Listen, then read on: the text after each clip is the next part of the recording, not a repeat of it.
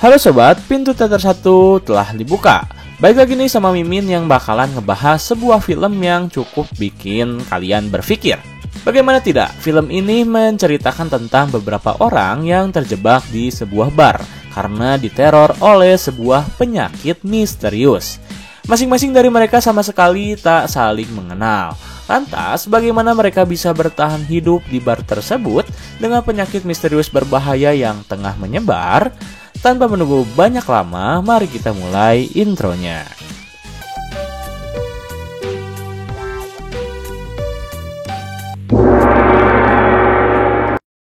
Scene dimulai dengan menampilkan seorang wanita bernama Elena yang merupakan seorang turis di kota Madrid. Ia terlihat sedang melakukan panggilan telepon dengan salah satu temannya yang berencana untuk mengajaknya bertemu. Tetapi karena ketidaktahuan Elena akan rute yang harus ia tempuh, akhirnya Elena tersesat. Lalu scene juga berpindah pada beberapa orang yang terlihat sedang menyibukkan diri mereka sendiri. Seorang pria berjanggut yang memainkan ponselnya. Seorang gelandangan yang diusir oleh kepolisian setempat karena mengganggu kenyamanan sebuah toko. Dan masih banyak lagi. Setelah itu, scene kembali pada Elena yang memutuskan untuk mampir ke sebuah bar. Karena ia tak tahu harus pergi kemana. Di sana ia memesan secangkir white coffee sembari meminta pelayan di sana untuk meminjamkan charger ponsel. Tetapi pemilik bar yang bernama Amparo mengatakan jika mereka tak memiliki charger yang Elena minta. Kebetulan pada hari itu suasana dan situasi bar sedang ramai pengunjung. Masing-masing pengunjung di sana saling berebut memesan minuman yang mereka inginkan. Setelah pesan Elena tiba, ia menikmati kopi tersebut dengan sedikit tekanan dari sang pelayan bar yang terus-menerus menawarkan Elena untuk memesan makanan. Meskipun ia menolaknya. Tak lama kemudian, saat suasana bar sedang hening, seorang gelandangan bernama Israel tiba-tiba mengamuk dan masuk ke dalam bar. Ia terlihat sangat kesal karena telah diusir oleh petugas setempat. Kemudian ia mendatangi kasir dan memberi Amparo sejumlah uang yang ia miliki. Namun, Amparo menolak uang pemberian Israel dan berjanji akan memberinya minuman jika ia mau berhenti berbicara. Akhirnya Israel duduk dan ia berhenti berbicara. Karena risih dengan keberadaan Israel yang membuat beberapa pengunjung cukup tak nyaman dengan bau yang Israel keluarkan, salah satu pria pengunjung bar tersebut memutuskan untuk keluar setelah ia memberi sejumlah uang pada Amparo untuk membelikan Israel minuman. Lalu ia keluar bar dan tiba-tiba terdengar suara tembakan yang sangat keras sekali. Tembakan tersebut membuat seisi pengunjung bar benar-benar ketakutan. Ketika mereka melihat ke sumber suara tembakan, mereka melihat pengunjung bar yang baru saja keluar telah tewas terkapar di jalan. Mereka pun mulai panik melihat kejadian itu. Mereka berbondong-bondong mencoba untuk menyelamatkan diri dan melarang semua orang untuk menolong pria yang baru saja tewas. Kebetulan di dalam bar tersebut ada seorang polisi yang sangat ingin menolong pria itu. Ia bahkan menerobos pintu yang telah dijaga untuk menghampiri pria itu. Dan tebak apa yang terjadi? Ya, pria itu mendapatkan tembakan tak lama setelah ia keluar dari bar.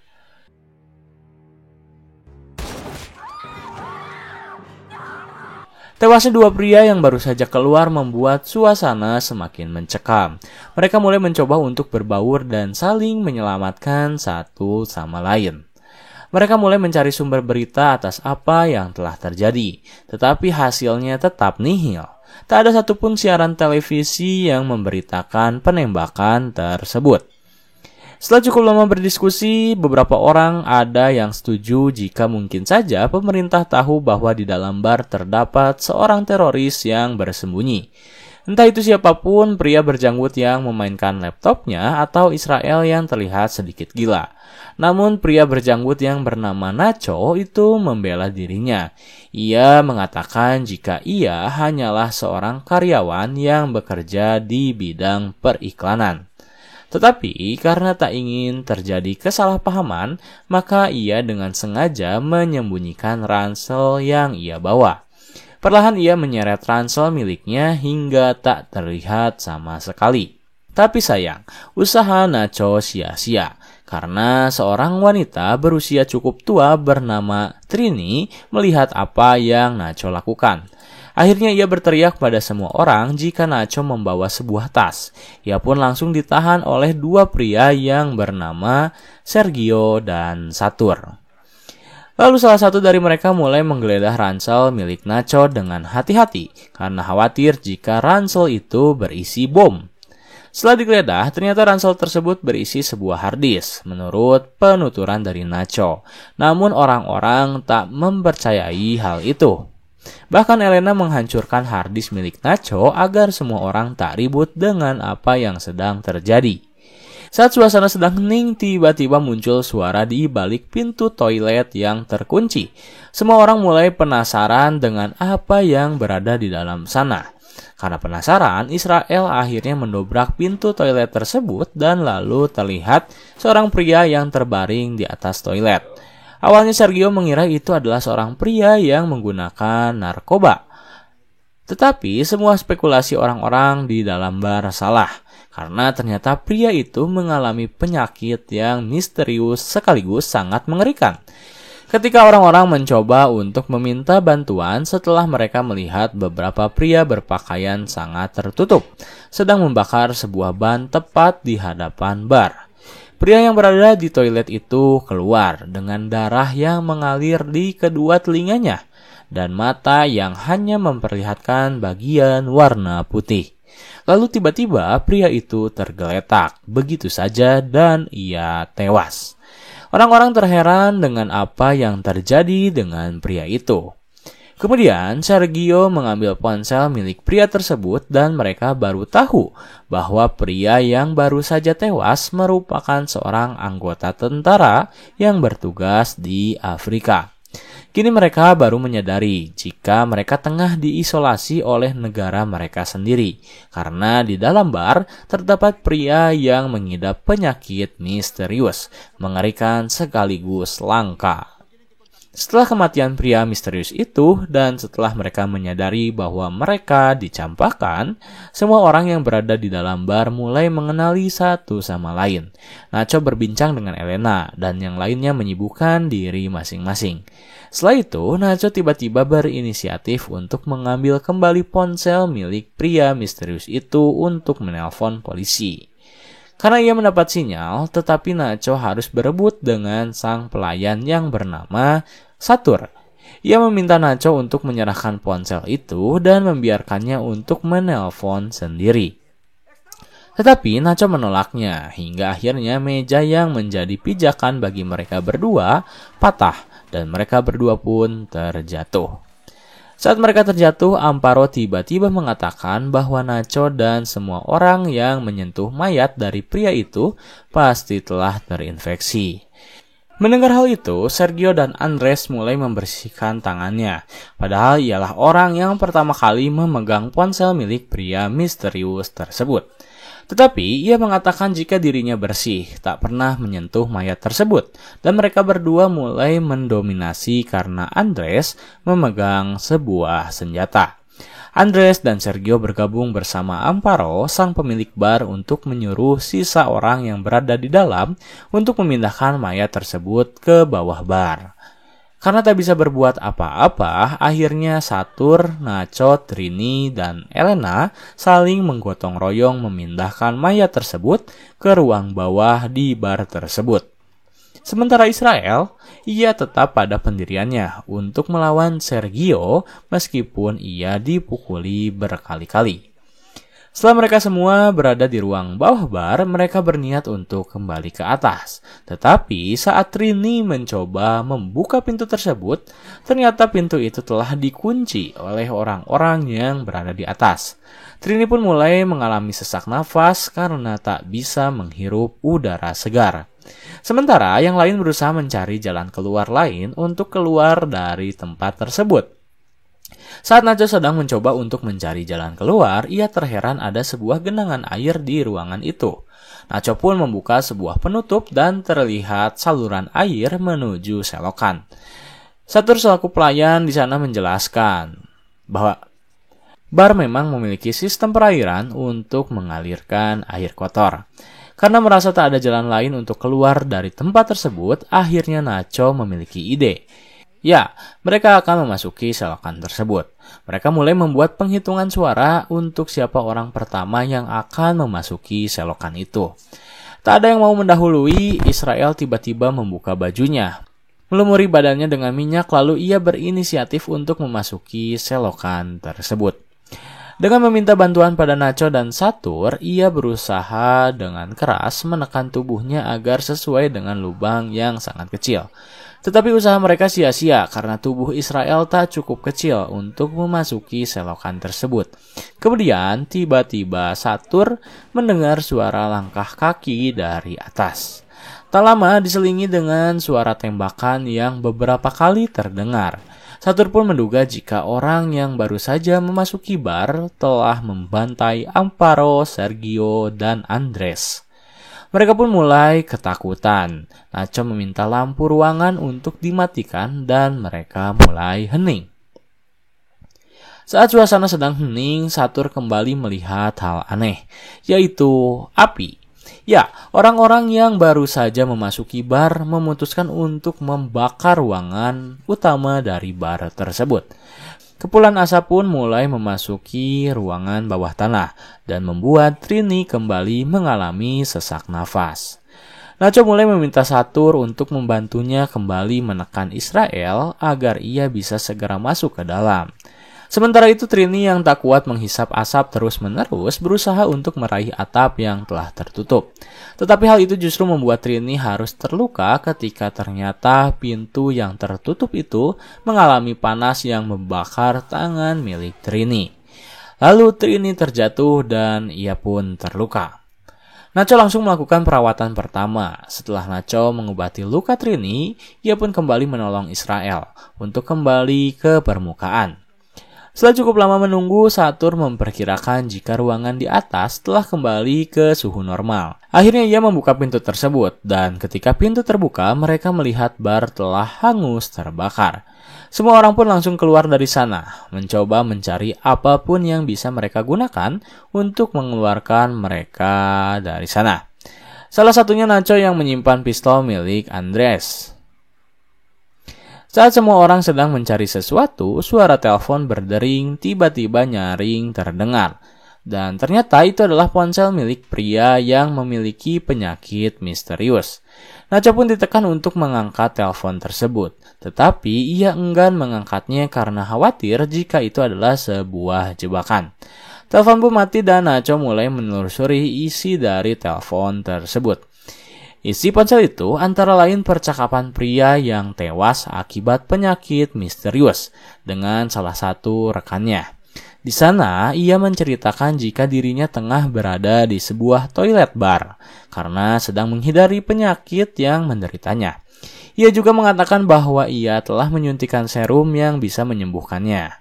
Saat mendengar hal itu, semua orang bersorak karena dengan begitu, itu artinya mereka bisa menggunakan serum tersebut untuk membantu mereka keluar.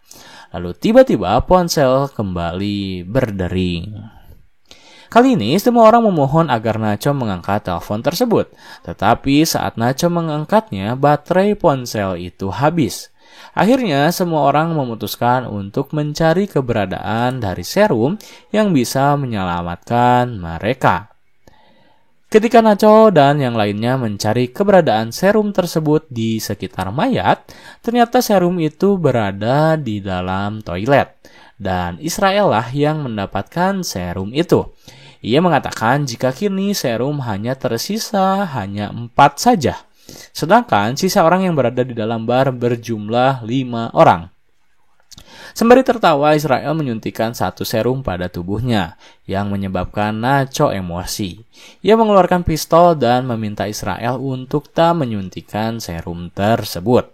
Tetapi Nacho terlambat. Israel telah menyuntikkan serum itu dan ia mengatakan jika dirinya semakin kuat. Kesal dengan apa yang Israel lakukan, Nacho pun langsung menghajarnya, menghantamkannya ke dalam toilet. Namun rupanya Israel melawan balik. Ia menghajar kembali Nacho hingga babak belur dan membuat serum mereka jatuh ke dalam selokan. Setelah Nacho tak berdaya, Israel mengambil alih pistol dan meminta semua orang untuk tak bergerak. Jika tidak, ia akan menembak siapapun. Saat orang-orang sedang berusaha mengobati Nacho, Trini justru menyayangkan karena serum tersebut jatuh ke dalam selokan. Tak ada jalan lain dan rencana alternatif, maka mereka terpaksa kembali mencoba memasuki selokan tersebut. Kini Elena lah yang menjadi tumbal. Ia dilumuri minyak dan diminta untuk masuk ke dalam karena ialah satu-satunya orang yang memiliki badan kecil. Dengan terpaksa Elena perlahan memasuki lubang kecil tersebut. Ia menjerit ketika merasakan sakit karena dipaksa. Dan ternyata benar, kulit Elena terkikis akibat paksaan tersebut. Tetapi kali ini usaha mereka tak sia-sia karena Elena berhasil memasuki selokan tersebut. Ia langsung tercebur ke dalam dan sekian lama berada di sana sebelum akhirnya muncul ke permukaan. Ia pun langsung mengambil serum tersebut dan mengatakan tak akan memberi serum tersebut pada semua orang. Tak ingin tertinggal, orang-orang yang berada di atas mulai mencari cara untuk menyusul Elena. Akhirnya Satur memiliki ide. Ia mengambil sebuah palu lalu menghancurkan sedikit demi sedikit ujung bagian dari lubang tersebut agar semakin memperbesar. Saat orang-orang sedang berusaha memperbesar lubang tersebut, Elena menyusuri selokan itu dan ia menemukan sebuah jalan menuju jalan raya. Ia melihat ke arah luar dan ternyata orang-orang bersikap seperti biasa, melakukan aktivitas normal tanpa adanya gangguan. Kemudian, scene berpindah pada orang-orang yang mulai melucuti baju mereka masing-masing dan melumurinya dengan minyak. Kemudian, perlahan Satur memasuki selokan disusul dengan Israel, lalu Nacho dan terakhir Trini. Setelah mereka semua berada di dalam selokan, Nacho tiba-tiba menenggelamkan Israel. Mereka bergelut di dalam air dengan kondisi pistol berada di tangan Israel. Sekian lamanya mereka di dalam, baik Israel maupun Nacho tak terlihat muncul ke permukaan, dan tiba-tiba tembakan terlihat di dalam air. Semua orang panik, lalu tiba-tiba Nacho lah yang keluar ke permukaan, sementara Israel menghilang. Kemudian setelah itu mereka mulai berdiskusi tentang siapa yang akan menerima serum tersebut. Karena serum itu hanya tersisa 3 saja, sementara mereka tersisa 4 orang. Setelah cukup lama berdebat, mereka memutuskan untuk terlebih dahulu berjalan. Saat mereka sedang berjalan di tengah kegelapan, Trini tiba-tiba menjatuhkan Satur dan mencoba untuk menenggelamkannya. Dengan berpura-pura jika Satur telah menghilang, ia terus menekan kepala Satur agar terus tenggelam dan tewas. Tetapi beruntung, Elena menyarankan Nacho untuk menembakkan peluru agar mereka bisa melihat. Dan ketika Nacho menembakkan pelurunya, mereka berdua bisa melihat Trini yang mencoba untuk membunuh Satur. Akibat perbuatan tersebut, Trini dijauhi yang membuat dirinya cukup frustasi. Dan akhirnya Trini lah yang memutuskan untuk mengalah. Ia meminta Nacho untuk membunuhnya agar ia bisa mati dengan tenang. Pistol telah ditodongkan pada kepala Trini, tetapi Nacho mengatakan jika ia tak bisa melakukan hal itu. Karena Nacho tak bisa, akhirnya Trini memutuskan untuk menjauhi kerumunan untuk bunuh diri. Orang-orang pun sangat menyayangkan hal itu, tetapi mereka tak bisa berbuat apa-apa. Setelah Trini menjauh, Satur mulai menyuntikkan serum miliknya. Saat Nacho dan Elena akan menyuntikkan serum miliknya juga, mereka tiba-tiba mendengar suara koin berjatuhan. Penasaran akan hal itu, mereka pun mulai menelusuri mencari sumber suara di mana tempat koin-koin itu berjatuhan. Setelah cukup lama berjalan, akhirnya mereka menemukan sumber suara tersebut, yaitu pada mayat Trini. Di sana terdapat 2 koin yang menempel di kedua mata mayat Trini. Lalu tiba-tiba Israel muncul dari belakang. Ia menghantam kepala Satur dengan keras dan membuatnya tewas. Terkejut dengan kehadiran Israel, Nacho dan Elena pun mulai melarikan diri. Mereka berlari sejauh mungkin untuk menghindari kejaran Israel yang semakin ganas. Saat merasa cukup jauh, mereka berdua memutuskan untuk bersembunyi. Sementara Israel terus berbicara, bernyanyi, dan menyembunyikan tongkat yang ia bawa, dengan harapan akan memancing Nacho untuk keluar. Ia bahkan meminta Nacho untuk keluar dari tempat persembunyiannya jika ia memiliki nyali. Namun Nacho sama sekali tak menjawab perkataan Israel. Suasana di sana sangat gelap. Hal itu dimanfaatkan oleh Nacho dan Elena untuk kembali berlari dari kejaran Israel. Mereka memutuskan untuk pergi ke arah di mana jalan keluar terakhir dari selokan tersebut, karena jarak yang cukup jauh. Nacho dan Elena berhasil mencapai tangga terlebih dahulu sebelum Israel datang. Tetapi karena tutup selokan yang cukup keras, mereka berdua kesulitan untuk membuka tutup tersebut. Hingga akhirnya Israel datang. Perlahan ia menaiki anak tangga dengan wajah yang menyeramkan. Ia lalu memeluk Nacho dan memintanya untuk ikut bersamanya. Karena tak ada lagi yang bisa ia lakukan, akhirnya Nacho meminta Elena untuk menyelamatkan diri. Lalu Nacho pun ditarik oleh Israel, hingga mereka terjatuh ke bawah dan tewas. Setelah tewasnya mereka berdua, kini tersisa Elena sendiri. Ia berusaha untuk membuka tutup selokan tersebut. Dan setelah cukup lama berusaha, Elena pun berhasil membuka tutup selokan itu. Kemudian ia keluar dengan kondisi telanjang, basah, dan bau. Orang-orang mulai memperhatikan Elena. Beberapa ada yang memberinya jaket untuk menutupi tubuh Elena. Beberapa orang pun terlihat tak ada yang peduli. Dan yang Elena lakukan hanyalah berjalan tanpa tahu arah tujuan. Tamat.